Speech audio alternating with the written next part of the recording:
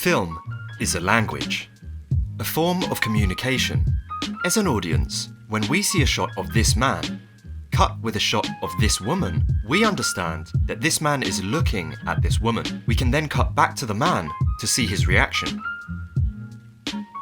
Why do we understand this abstract sequence of images? This is not how we experience reality. We have no cuts in real life, and yet, when we see these two images cut together, we understand the meaning. This is our intuition as an audience. Film is a language, a visual language. These kind of cuts happen constantly throughout a movie. It is the primary form of storytelling in cinema. The best films always preference visual storytelling over other forms of storytelling, such as dialogue. It's always frustrating when a director chooses to reveal a pivotal moment in his story only through the use of dialogue, not through the images. Here's a character learning that the man that she loves has been lying to her. What are you talking about, Brian? What is this? Ever since the first time I met you, I've been undercover. I'm a cop.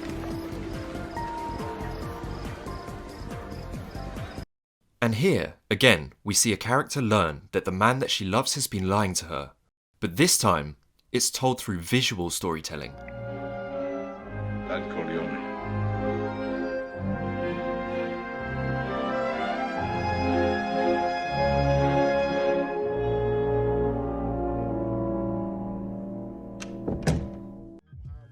It's just more engaging visually. It creates more emotion. This is filmmaking 101. When possible, show them. Don't tell them. It actually surprises me just how many Hollywood films didn't get this memo.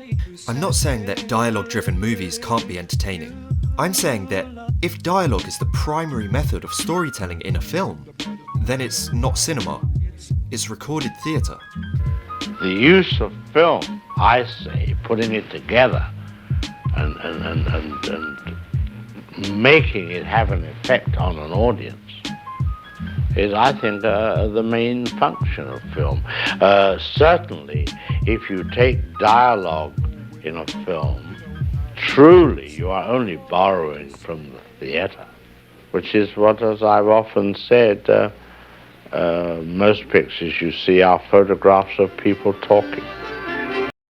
So, let's take a look at how a master of visual storytelling opens a film. This is a shot from the opening of Alfred Hitchcock's Rear Window. Hitchcock litters this scene with visual information. No dialogue, no subtitles, no flashbacks, pure cinema. So, we can see that we're in an apartment block. We establish some characters within this apartment block, here and here. Maybe they'll become useful later.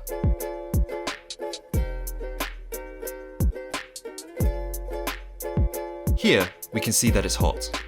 And we also have our first close-up, establishing the main character.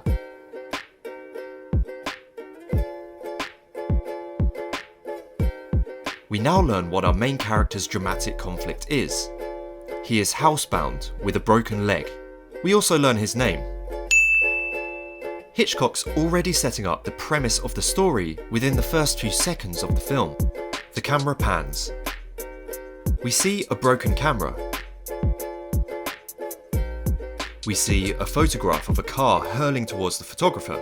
Here we have enough information to not only establish that Jeff is housebound with a broken leg on a hot day, but also how he broke his leg.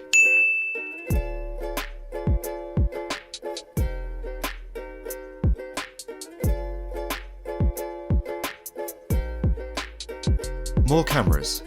We can now understand that Jeff is a photographer.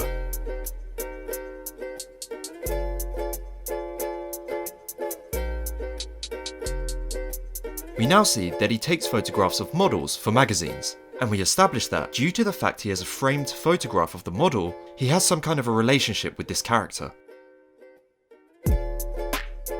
Fade to black. And that's it. That's the shot. Simple. On face value, it may not seem that impressive, but in this 186-second shot, Hitchcock manages to establish his main character, who he is, what he does, who he's in a relationship with, his dramatic conflict, and how that dramatic conflict happened. In one single shot, the premise is set. pure visual storytelling, or as Hitchcock puts it, Pure cinematics, the assembly of film. Thanks for watching.